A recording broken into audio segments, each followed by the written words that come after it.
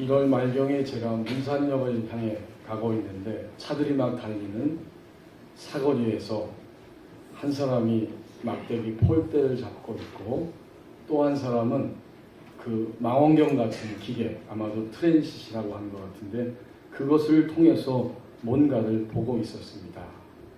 여러분이 짐작하실 수 있는 대로 아마도 각도를 측량하고 있었던 것 같습니다. 여러분, 우리의 삶은, 우리의 인생은 측량하는 인생입니다. 오늘 1절 말씀 상반절에 보면 이렇게 말합니다. 또 내게 지팡이 같은 갈대를 주며 말하기를. 하나님께서 계시록의 저자인 요한에게 천사를 통해서 환상 가운데 지팡이 같은 갈대를 주시면서 뭔가를 측량하라고 명령합니다. 이 갈대는 속이 비고 대나무 같은 등류식물로 요단강에서 자라고 있습니다. 또 가볍고 단단하기 때문에 측량하는 막대기로 널리 사용되었습니다. 제가 서울의 부교육자로 섬길 때에 그 교회 장로님 가운데 한 분이 서울 중심가에서 양복점을 하고 계셨는데 교회에서 교육자들에게 양복을 맞춰준 일이 있었습니다. 평일에 교회 와서 교육자들 양복 치수를 다 재고 이제 돌아가셔서 양복을 다 완성한 다음에 마지막으로 한번 입어보라는 거예요. 가서 또 입어보고 일주일 후에 맞춤 양복이 드디어 완성됐습니다. 그때 담임 목사님은 양복이 마음에 드신다고, 잘 맞는다고 말씀하셨는데 저는 개인적으로 맞춤 양복이 너무 꼭 껴가지고 좀 불편했어요. 그래서 치수를 조금 더 늘려달라고 해서 다시 양복을 해서 입은 그런 기억이 있습니다. 똑같은 옷을 입어도 사람들은 자신의 그 생각에 따라서 모양도 달리하고 또 그 규격, 치수도 달리해서 입을 수 있습니다. 우리가 흔히 하는 말들이 있죠. 우리는 뭔가를 잰다, 측량한다, 그렇게 표현합니다. 이것이 나에게 유익이 되는지 아니면 나를 해롭게 하는 것인지 아침부터 저녁까지 우리는 끊임없이 재면서 측량하면서 살아갑니다. 작년 2015년 2월 파블로 피카소의 손녀인 그 마리나가 유산으로 할아버지에게 받은 작품 300여 점을 내다 팔겠다고 해서 화제가 된 적이 있었습니다. 이 마리나는 피카소의 첫 번째 부인인 올가와가 낳은 아들 파블로의 딸입니다. 그런데 이 파블로는 아버지임에도 불구하고 아버지에게 제대로 사랑을 받지 못하고 오히려 피카소의 운전기사 노릇을 하면서 돈을 구걸하며 그의 인생을 살아갔다고 합니다. 아버지의 손을 잡고 이 마리나가 할아버지가 살고 있는 프랑스 칸의 그 저택을 방문한 적이 있는데 그림이 아직 완성되지 않았다고, 그림 작업이 아직 완성되지 않았다고 그것이 끝날 때까지 바깥에서 기다리라고 한 그 기억. 이 마리나의 나이가 65세가 되었지만 현재 여전히 그의 머릿속에는 이 기억이 지워지지 않고 있습니다. 또 이 마리나에게는 오빠가 있었는데 이 오빠는 할아버지 피카소가 숨졌을 때에 장례식에도 참여할 수 없었습니다. 할아버지의 둘째 부인이 그것을 막았기 때문입니다. 이 오빠는 너무 그 수모를 견딜 수 없어서 며칠 만에 돌아와서 표백제를 마시고 자살하고 말았습니다. 오빠의 자살을 바라보면서 15년간 이 마리나는 정신과 치료를 받으며 생활하게 되었고 이제 이 마리나가 내가 왜 할아버지의 작품을 팔 수밖에 없었는가, 이런 결정적인 이유를 이렇게 표현했습니다. 피카소의 가족이라는 굴레에서 벗어나고 싶다. 사람들은 내게 많은 유산을 받았다고 하지만 그 유산 속에는 할아버지의 사랑은 없었다. 사랑, 관계, 물질, 직업, 사업 등등 우리는 모든 살아가는 일들 동안에, 날들 동안에 우리에게 다가오는 모든 것들을 그것이 나를 보호하고 세워주는 것인지 반대로 나를 파괴하고 무너뜨리는 것인지 우리는 계속해서 재면서 측량하며 살아갑니다. 아멘. 우리 인생은 측량하는 인생입니다. 아멘. 이제 1절 하반절 보십시오. 하나님 앞에서 측량의 기준이 점점 분명해집니다. 지팡이 같은 갈대를 주셨고 이렇게 말씀하십니다. 일어나서 하나님의 성전과 제단과 그 안에서 경배하는 자들을 측량하되. 하나님의 성전과 제단, 이것은 성전 안쪽 깊숙한 부분입니다. 곧 성소와 지성소입니다. 성소와 지성소 안에서 경배하는 자들이 있고 성전 바깥에서 하나님을 경배하지 않는 자들이 있는데 그것을 구분해서 측량하라고 말씀하십니다. 제가 이번 주 금요일 날 12일인가 그렇죠? 법원리에 와서 처음으로 두루메 박물관을 방문했습니다. 그 박물관을 지나다니기만 했는데 이번에는 들어갈 수 있었어요. 몇 년 전에 그 박물관 관장님이 우리 교회에 오시다가 모습이 보이지 않았는데 최근에 계속해서 오십니다. 제가 언젠가 한번 가서 뵈야겠다 생각했는데 지난주일 예배 마치고 하나님께서 제 마음에 강하게 그것을 신방하라는 마음을 주셔서 이제 금요일 날 그 전에 전화를 해서 약속을 하고 박물관에 갔습니다. 아침 일찍 가서 보니까 마침 그 사모님도 함께 계셨어요. 그분들의 이야기를 잠깐 들으면서 교제했습니다. 한국에는 이 문화에 대한 관심이 굉장히 적을 때인데 오래전에 문화에 대한 관심 때문에 이 골짜기까지 와서 그 박물관 일을 시작했고 그리고 지금도 계속해서 하고 있다고 말씀하셨어요.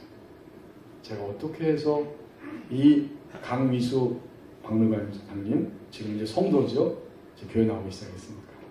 이분이 교회 오시게 됐나 하고 들어봤더니 일본에 사는 지인에 의해서 끊임없이 교회를 가라고 하는 요청을 권면을 받았다는 거예요. 나이가 한 30살쯤 후배인데 여자 자매예요. 그리고 자기도 언젠가는 한번 믿음이라는 것을 가져보겠다 생각을 하고 있기는 하셨답니다. 제가 그 말을 들을 때에 아마도 그 일본에 있는 그 자매는 한 영혼을 위하여, 한 영혼의 구원을 위하여 뜨겁게 불같이 하나님 앞에 중보기도하는 자매였을 것이다. 하나님이 그 기도를 들으시고 마치 창세기 19장 29절에 나오는 말씀처럼 소돔과 고모라 성이 멸망할 때에 하나님께서 아브라함의 기도를 기억하시고 멸망하는 중에 조카 롯을 구원하셨다고 하는 그 말씀처럼 이 한 여성의 끊임없는 기도를 들으시고 때가 되니까 이 한 영혼 우리 광수 성도님을 주님의 사랑으로 이끌어 주셨다. 아멘. 이런 생각이 들었습니다. 잠깐 교제하고 이야기하면서 우리가 그분에게 영접 초청을 했어요. 진정으로 예수님이 이 땅에 오셔서 우리 위하여 죽으시고 부활하셔서 생명의 구원자가 되시고 온 세상의 주권자가 되시는 것을 믿으시고 여기에 응답하시겠습니까? 예, 제가 믿겠습니다. 아멘. 아멘입니다. 라고 응답을 하셨어요. 아주 귀하고 감사한 시간이었습니다. 우리가 예수 그리스도를 믿을 때에 우리 안에 점점 측량하는 기준이 분명해집니다. 곧 성전 안에 깊숙이 들어와서 제단까지 들어와서 하나님을 믿는 신자 그리고 여전히 성전 바깥들에 머물러 있는 불신자를 구분하기 시작합니다. 하지만 그것이 다가 아니죠. 좀 더 시간이 흘러가면 이제는 하나님을 믿으면서 자신을 돌아보고 사람들을 쳐다봅니다. 내가 정말 지성소까지 깊이 들어가서 하나님을 사랑하고 하나님의 사랑을 느끼고 체험하면서 살아가는 영적인 신자인지 여전히 바깥들에 머물러 있는 세상과 사탄과 육신이 주인 노릇하고 있는 이런 육에 속한 신자인지 이것을 계속해서 측량하면서 구분하기 시작합니다. 이 기준이 점점 분명해지는 거예요. 그런데 여러분, 하나님이 이 사도 요한에게 이 계시의 말씀을 주실 때 이때는 예루살렘 성전이 다 이미 AD 70년에 로마 군대에 의해서 무너지고 말았습니다. 그럼에도 불구하고 성전에 대한 이 환상을 보여주시는 것은 새로운 분명한 의미가 있어요. 구약시대에는 건물로 지어진 성전 안에 하나님이 계셨지만 이제 예수 그리스도 이후에는 거듭난 성도의 심령 안에 하나님이 임재해 계십니다. 성전 개념이 완전히 달라진 거예요. 제가 여러 번 말씀드린 것처럼 그래서 고린도전서 3장 16절에는 너희가 하나님의 성전인 것과 하나님의 성령이 너희 안에 계시는 것을 알지 못하느냐. 우리가 예수님을 믿고 예수님을 나의 구원의 주님으로 온 세상의 주권자로 받아들이고 고백할 때 놀랍게도 하나님은 성전된 우리의 영 안에 들어와서 머물러 계십니다. 점점 하나님을 사랑하고 하나님의 사랑 안으로 들어갈 때 이제 하나님은 우리의 영뿐만 아니라 우리의 지정의의 세계 속에서도 함께 하시고 우리의 몸, 가장 바깥에 있는 이 몸까지도 완전히 하나님께서 임재해 주십니다. 그래서 베드로전서 2장 5절에 보면 베드로 사도는 이것을 가리켜서 성령에 의해서 지어지는 그러한 집이기 때문에 신령한 집이다라는 표현을 하고 있습니다. 누구에 의해서 움직이느냐, 이것이 가장 중요합니다. 예수 그리스도를 믿고 신자가 되고 불신자가 된 것을 구분한 다음에는 이제 지성소 안에 깊이 들어가서 하나님에 의해서 움직이는 영적인 신자인지 아니면 여전히 세상과 사탄과 또 자신의 주인 노릇하는 육신에 의해서 움직이는 그러한 신자인지 이것을 점점 구분하기 시작합니다. 하나님 앞에서 점점 승량의 기준이 분명해집니다. 이제 2절 말씀을 함께 보시겠습니다. 42달 동안 영적 전투는 더욱 치열해진다고 말씀합니다.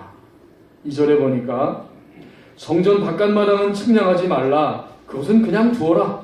그것은 이방인들에게 주었고 그들이 거룩한 성을 42달 동안 짓밟을 것이다.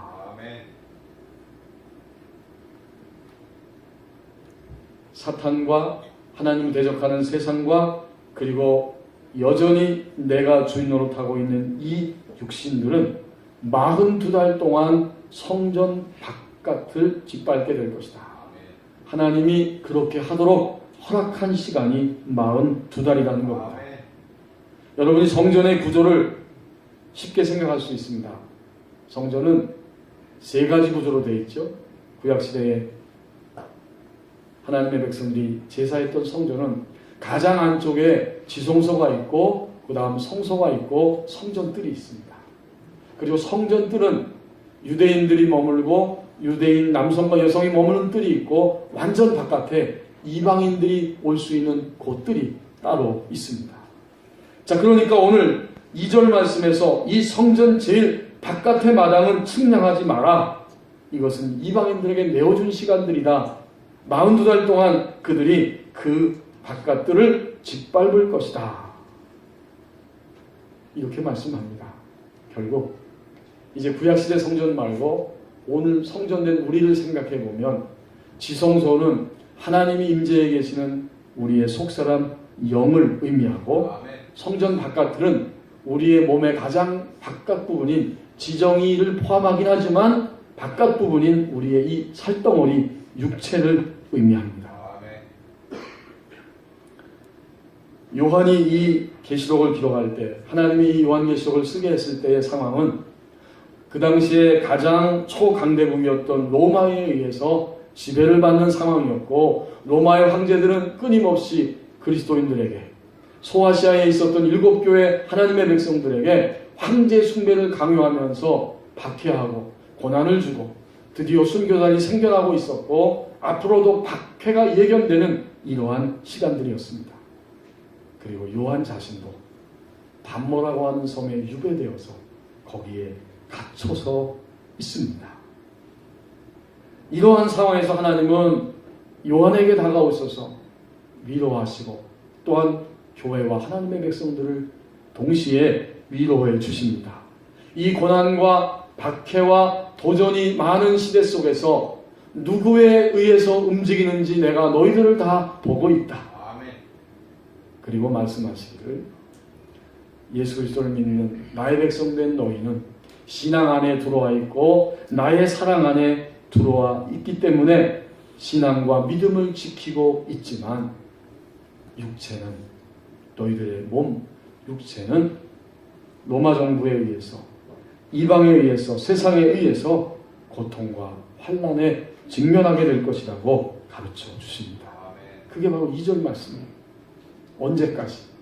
2절에 언제까지라고 그랬어요? 42달 동안. 이 42달은 3년 6개월입니다. 여러분이 계시록을 나중에 읽어보시면 11장 11절에는 3일 반, 또 오늘 우리가 읽은 이 2절 말씀에는 42달, 또 12장 14절에는 한때, 두때, 반때, 1260일 이런 표현들이 나오는데 이것은 다 한 가지 사실을 의미하는 상징적인 표현들입니다. 42달은 바로 신약시대입니다. 곧 하나님이 새로운 언약을 통해서 우리를 구원하시기 위해서 오신 예수 그리스도의 초림부터 시작해서 예수님이 다시 이 땅에 재림해 오시는 그날까지 새로운 언약의 시대, 그 시대가 바로 42달입니다. 이 기간은 복음을 듣고 복음을 기뻐하고 복음을 증거하는 시간이면서 동시에 복음을 증거할 때마다 로마 정부에 의해서 세상과 사탄과 육신에 의해서 도전을 받고 박해를 받고 고난도 함께하는 시기라고 말씀해 주십니다. 이방의 세력. 그러니까 2절에 이방인들에게 주었다는 표현이 바로 그 말씀이에요. 복음을 이미 듣고 있고 복음을 알고 너희가 믿고 살아가지만 이방인들에게 허락된 시간이기 때문에 이 신약시대 전체는 예수님이 오실 때까지 42달 동안은 복음 안에 있으면서도 복음 때문에 오해와 핍박과 고통과 압박을 받는 시간이 될 것이다. 예수님이 오실 때까지. 그런 거로 영적 전투는 더욱 치열해진다고 말씀해 주십니다. 내가 정전 깊숙이 지성소까지 들어가는 신앙으로 영적 신자로 살아갈 것인지 아니면 세상과 또 하나님을 데려가는 세상, 사탄과 주인 노릇하는 육신에 의해서 육신적인 신자로 살아갈 것인지 자고 일어나고 눈을 뜨면 매일매일 이 전투가 치열하게 일어날 것이다. 예수님 오실 때까지 주님이 오시는 날이 가까우면 가까울수록 이 영적 전투는 더욱 치열해진다고 말씀합니다. 총신대학교 교수도 하시고 또 한때는 우리 교단은 아니지만 합동 측의 충신교회를 담임하기도 하셨던 신성종 목사님이 그리스도인들이 꼭 알아야 할 영적 전쟁 이야기라고 하는 책을 쓰셨는데 그 책에서 영적 전투가 무엇인지 또 구약 성경의 영적 전투, 신약 성경에 나오는 영적 전투, 더 나아가서 실생활 속에서 일어나고 있는 영적 전투에 대한 이야기를 쉬우면서도 간략하게 기록해 주었습니다. 그 책에 보면 이런 이야기를 합니다. 그리스도인의 삶은 성령을 따라 사는 원리와 육체를 따라 사는 원리가 있다. 성령 안에서 살 때 육체를 지배할 수 있고 또 지배하게 된다. 육체의 삶과 성령의 삶 사이의 전쟁은 우리가 이 땅에서는 사는 동안 결코 끝나지 않는 영적 전쟁이다. 그리고 또 말합니다. 영적 전쟁은 우리의 삶의 모든 영역에서 교묘하고 치열하게 지금 진행 중이다. 실제적인 영적 전투의 그 부분을 읽어보면 거기에 우리 생활 속에 일어나는 영적 전투를 여러 가지를 이야기합니다. 제가 몇 가지만 예를 들면 이런 것입니다. 신자도 귀신 들리는가?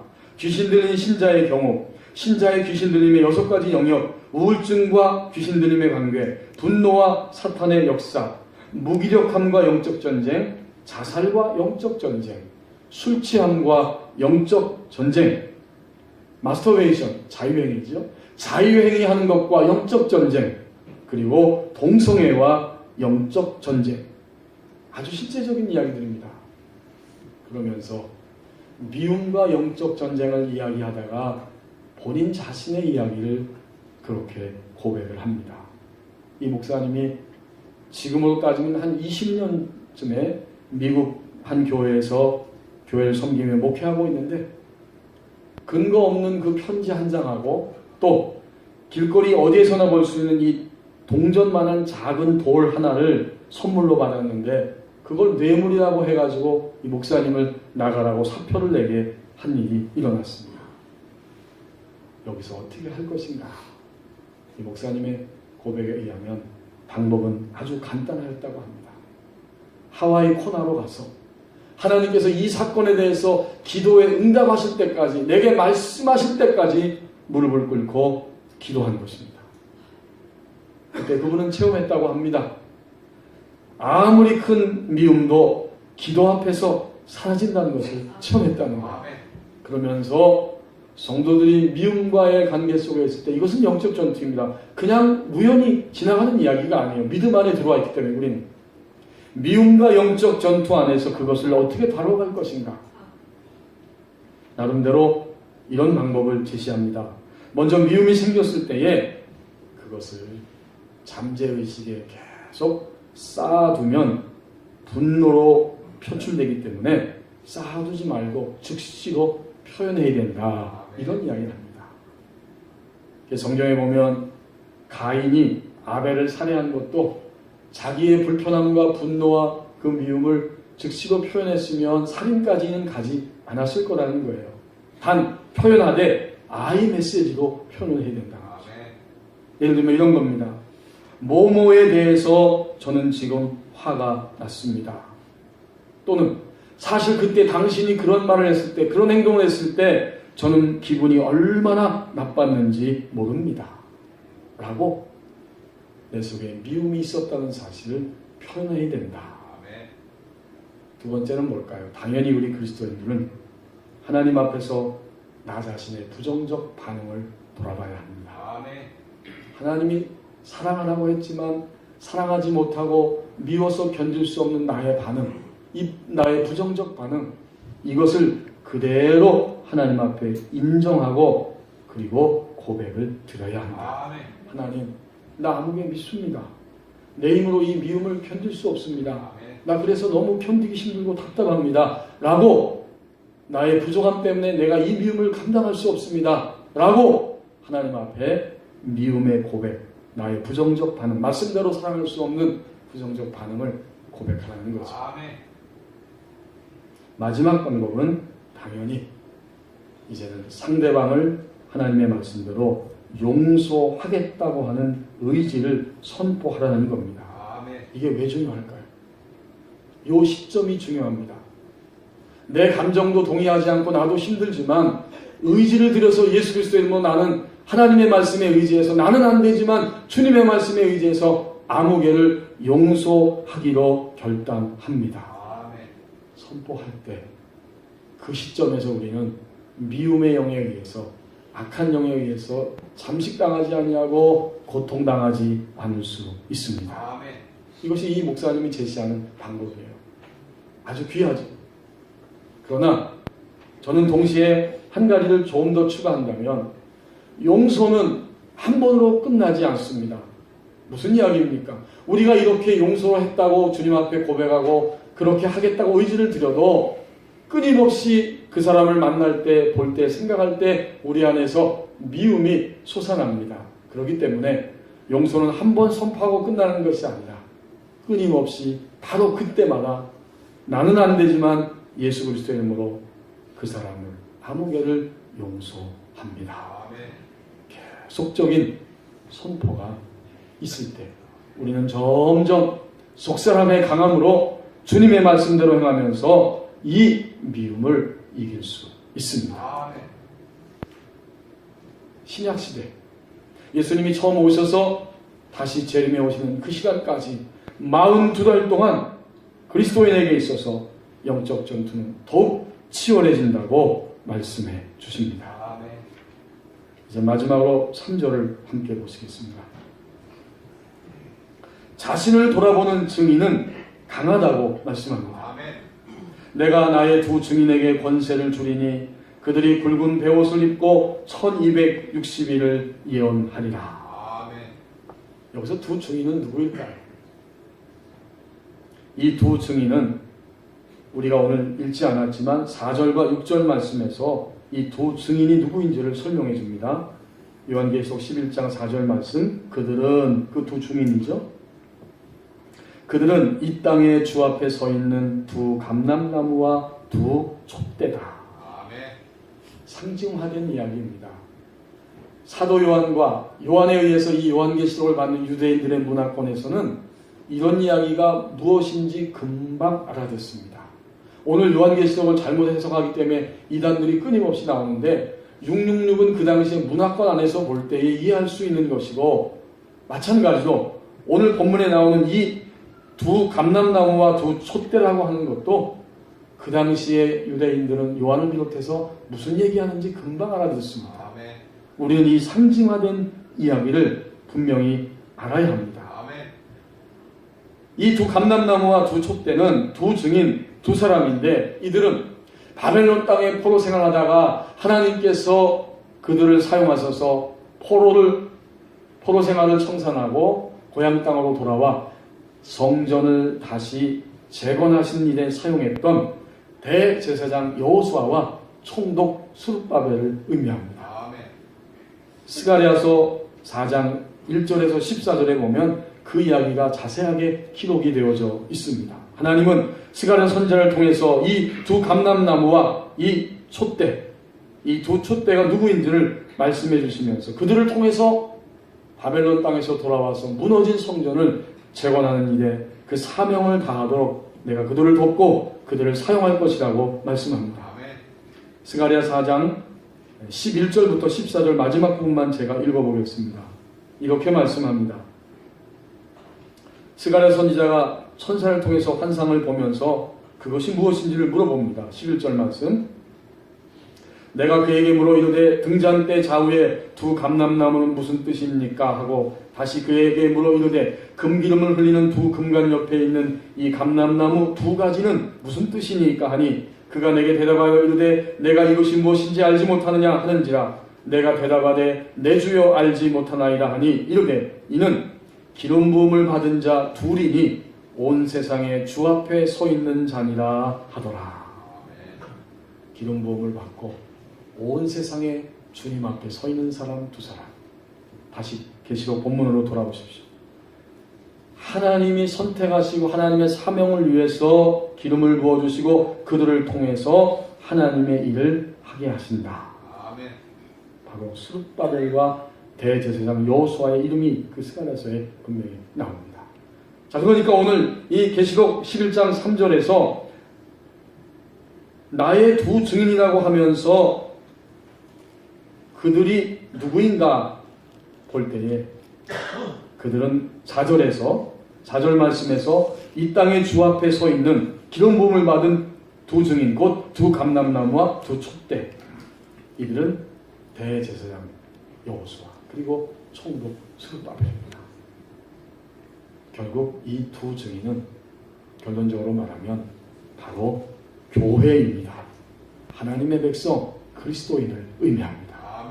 교회는 그리스도인은 제사장적 기능과 총독, 왕적 기능을 가지고 하나님 나라의 사명을 위해 오늘도 이 땅에서 존재하고 하나님 나라를 증거하는 그 사명을 수행하면서 살아갑니다. 6절에 내려와 보면 이제 이 두 사람을 구약시대의 엘리야와 모세의 모습으로 설명하죠. 6절 말씀 계시록 11장 6절입니다. 그들이 권능을 가지고 하늘을 닫아 그 예언한 날 동안 비가 오지 못하게 하고, 지금 누구 생각이 납니까? 하늘을 닫아서 비가 오지 못하게 할 만큼 권능을 가진 사람 누가 생각나십니까? 열왕기상 17장, 18장, 19장에 나오는 바로 엘리야 선지자입니다.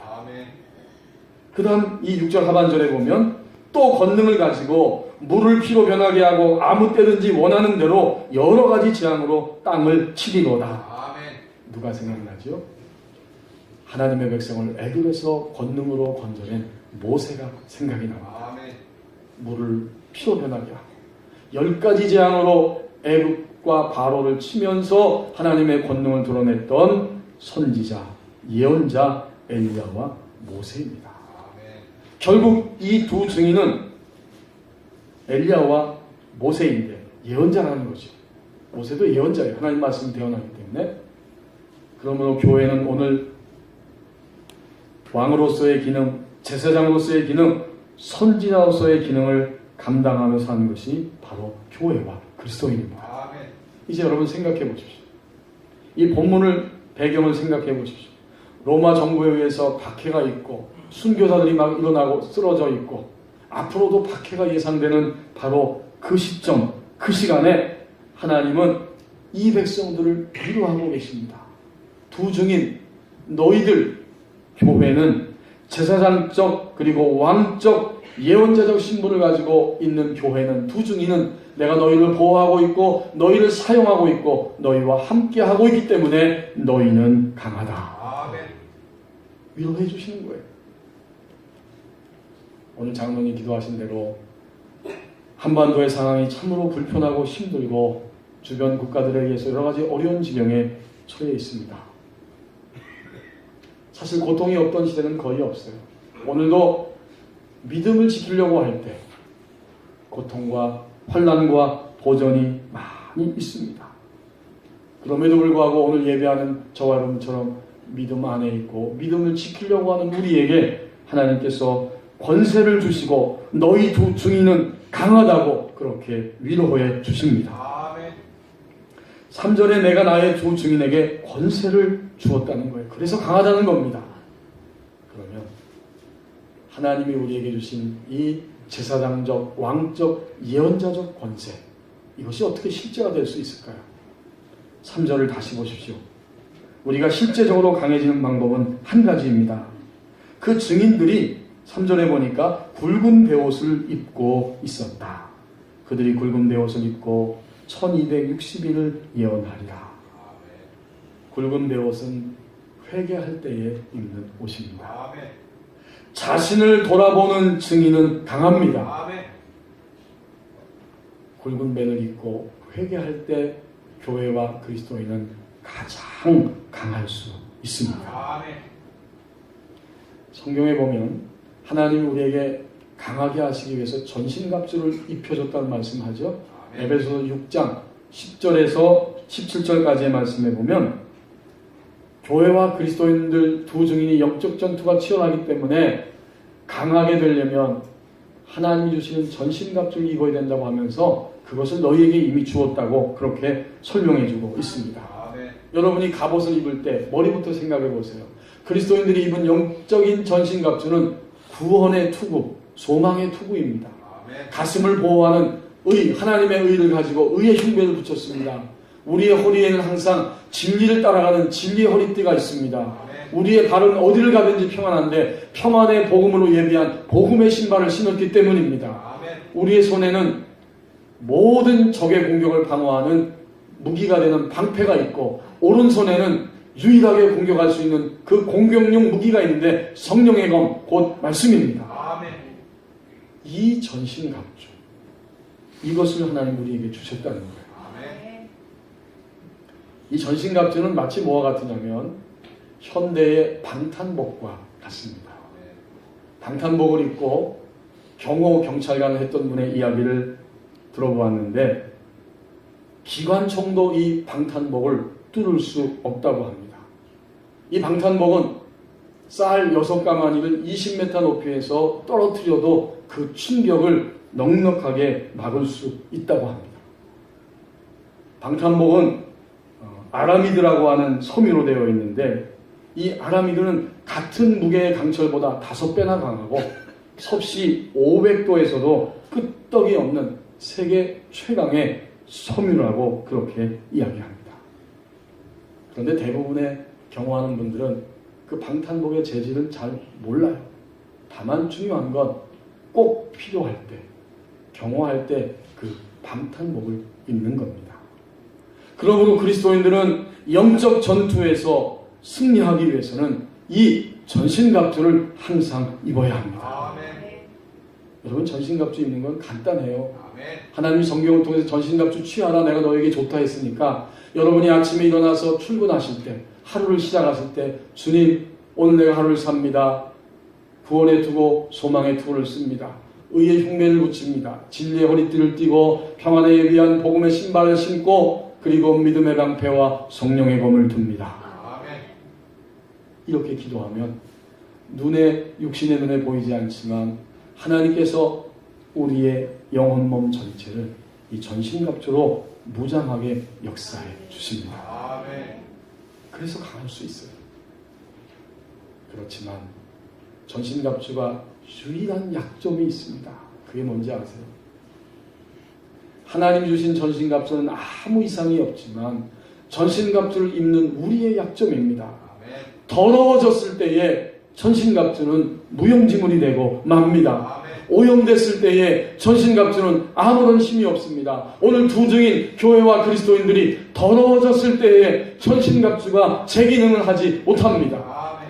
정결함이 전신갑주를 입고서는 그리스도인의 능력입니다. 그래서 여러분, 오늘 3절 말씀처럼 이 두 증인은 무슨 옷을 입고 있나 봤더니 굵은 배옷을 입고 있습니다. 자신을 돌아보는 회개, 굵은 배를 입는 것. 이 회개는 부정과 긍정이 동시에 일어납니다. 부정은 자신의 죄를 깨닫는 것이고 인정하는 것이고 더 나아가서 내가 이런 죄인이라고 분명히 고백하며 애통하는 것입니다. 하나님, 저는 죄인입니다. 지금 저는 이 상태는 아닙니다라고 자신을 부정하면 그 부정할 때에 드디어 죄된 생각과 손과 발과 몸으로 행한 모든 죄를 고백할 때 예수 그리스도의 보혈에 의해서 다시 출발할 수 있는, 시작할 수 있는, 권세를 회복할 수 있는 긍정의 사건이 나에게 일어납니다. 이 긍정은 얼마나 놀라운지 세상도 우리를 정죄할 수 없고요. 심지어 호시탐탐 그 기회를 노리는 사탄도 악한 영도 우리를 정죄할 수 없고 더 중요한 것은 죄인 되었던 나 자신도 나를 정죄하지 않습니다. 예수님의 보혈의 권세로 부정과 긍정이 일어났을 때 우리는 다시 자기 자리에 서서 하나님 주신 권세를 가지고 강한 자리에 설 수 있습니다. 이제 마지막 3절 하반절 끝부분을 보십시오. 그렇게 다시 권세를 가지고 무슨 일을 하는가 보았더니 3절 하반절에 굵은 배옷을 입고 1260일을 예언하리라. 1260일, 42달 다 같은 시간이에요. 그리고 같은 표현입니다. 신약시대, 새로운 언약의 시대가 예수님이 오시고 시작됐고 재림에 오실 때 완성될 것입니다. 그때까지 1260일 동안 자아의 부정과 긍정을 경험하고 굵은 배를 입은 두 증인들은 끊임없이 하나님의 편에 서는 것, 하나님의 목적을 이루어가는 것, 이것이 예언입니다. 그 예언의 사명을 넉넉하게 감당하며 살아갑니다. 박해가 있고 위협이 있고 고난은 항상 있을 것이지만 넉넉하게 1260일을 예언하면서 살아갈 수 있습니다. 자신을 돌아보는 증인은 강하다고 말씀해 주십니다. 성도 여러분, 벌써 오래전부터 한국교회는 이 세상과의 싸움에서 패배했다고 인정하기 시작했습니다. 세상의 모든 사람들이 그렇게 측량하고 말하고 있고 그리스도인들도 우리 교회는 지금 패배했다고, 우리 대한민국의 교회는 이 세속의 힘에 밀려서 패배했다고 그렇게 측량하며 그것을 인정도 하고 있습니다. 우리는 측량하는 인생입니다. 하나님 앞에서 점점 측량의 기준이 분명해집니다. 42달 동안 영적 전투가 더욱 치열하다고 말씀해 주십니다. 자신을 돌아보는 증인은 강하다고 말씀해 주십니다. 그런데요, 오늘 이 아침 로마 정부의 박해 밑에 있었던 요한과 그 교회 공동체를 위로하시는 하나님이 오늘 이 어려운 시대에 살아가는 우리들을 격려하고 위로해 주십니다.